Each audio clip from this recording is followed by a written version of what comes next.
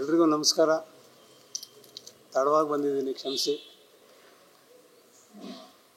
Hello 1 2 3 ಇದು ನಾವು ತುಂಬ ವರ್ಷಗಳಿಂದ ಟೈಟ್ಲ್ ಇಡಬೇಕು ಅಂತ ಹಾಡು ಮಾಡ್ಕೊಂಬಿಟ್ವಿ ನಾವು ಅವಾಗ ಅಪ್ಪು ಸರ್ಗೆ. ಸೊ ಇದು ಹಲೋ 1 2 3 ಅನ್ನೋದೇ ಎಲ್ಲರನ್ನೂ ಕರೆದಂಗೆ ಇರುತ್ತೆ. ಸೊ ಈ ಮೂಲಕ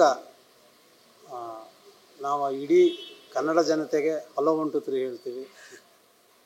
ನಾವು ಸದ್ದು ಮಾಡಿಕೊಂಡೇ ಬರ್ತೀವಿ ಅನ್ನೋದು ಈ ಸಿನಿಮಾ ಮೂಲಕ ಆ ಹಲೋ 1 2 3 ಅನ್ನೋ ಸದ್ದು ಎಲ್ಲರಿಗೂ ಕೇಳುತ್ತೆ ಅಂತ ನಂಬಿ ಈ ಸಿನಿಮಾ ಇವತ್ತು ಮೊದಲನೇ ಹೆಜ್ಜೆ ಶುರುವಾಗ್ತಾ ಇದೆ.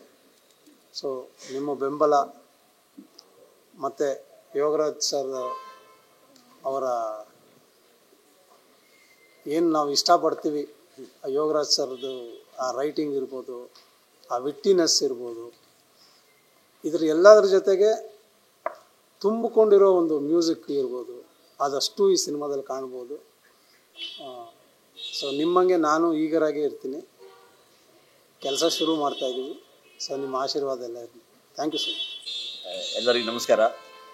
ನಾನು ಮುಂಚೆ ಕೂಡ ಹೇಳಿದ್ದೇನೆ, ಈ ಕನ್ನಡ ಚಿತ್ರದಲ್ಲಿ ಒಂದು ರೆವಲ್ಯೂಷನ್ ಥರ ತೊಗೊಂಡ್ಬರ್ತೀವಿ ಅಂತ. ಒಂದು ಸೇಮ್ ಅದೇ ಥರ ಪ್ಲ್ಯಾನಿಂಗಲ್ಲಿ ಲಾಸ್ಟ್ ಟೈಮ್ ಕೂಡ ಒಂದು ಪ್ರೆಸ್ ಕಾನ್ಫರೆನ್ಸ್ ಕೂಡ ಹೇಳಿದೆ ನಿಮಗೆ. ಅಟ್ಲೀಸ್ಟ್ ಈ 1 ಇಯರಲ್ಲಿ ಒಂದು 8-10 ಮೂವಿ ಮಾಡ್ತೀವಿ. ಅದು ನಮ್ಮ ಅದೃಷ್ಟಕ್ಕೆ ನಮ್ಮ ಯೋಗರಾಜ್ ಭಟ್ ಸರು, ಆಮೇಲೆ ನಮ್ಮ ಮ್ಯೂಸಿಕ್ ಅವರು ಹರಿಕೃಷ್ಣ ಸರು, ಇವರಿಬ್ಬರು ಸಿಕ್ಕಿದ ಮೇಲೆ ಇನ್ನೇನು ಯೋಚನೆ ಮಾಡೋದು ಬೇಡ ಅಂತ ನಮ್ಮ JP ಶೆಟ್ಟಿ ಮುಂಚೆನೇ ಹೇಳಿದರು. ನನಗೆ ಜಾಸ್ತಿ ನಾಲೆಡ್ಜ್ ಇಲ್ಲ ಇಂಡಸ್ಟ್ರಿ ಬಗ್ಗೆ, ಆದರೆ ಕೂಡ ನಾನು ಮುಂಚೆ ಕೂಡ ಹೇಳಿದ್ದೀನಿ, ನಾವು ಕರ್ನಾಟಕದಲ್ಲಿ ದುಡಿದಿದ್ವಿ, ಕರ್ನಾಟಕದ ಏನಾದ್ರು ಮಾಡಲೇಬೇಕಂತ ನಾನು ನಮ್ಮ ಮಿಸಸ್ಸು ಡಿಸೈಡ್ ಮಾಡಿ ಸ್ಟಾರ್ಟ್ ಮಾಡಿದ್ವಿ.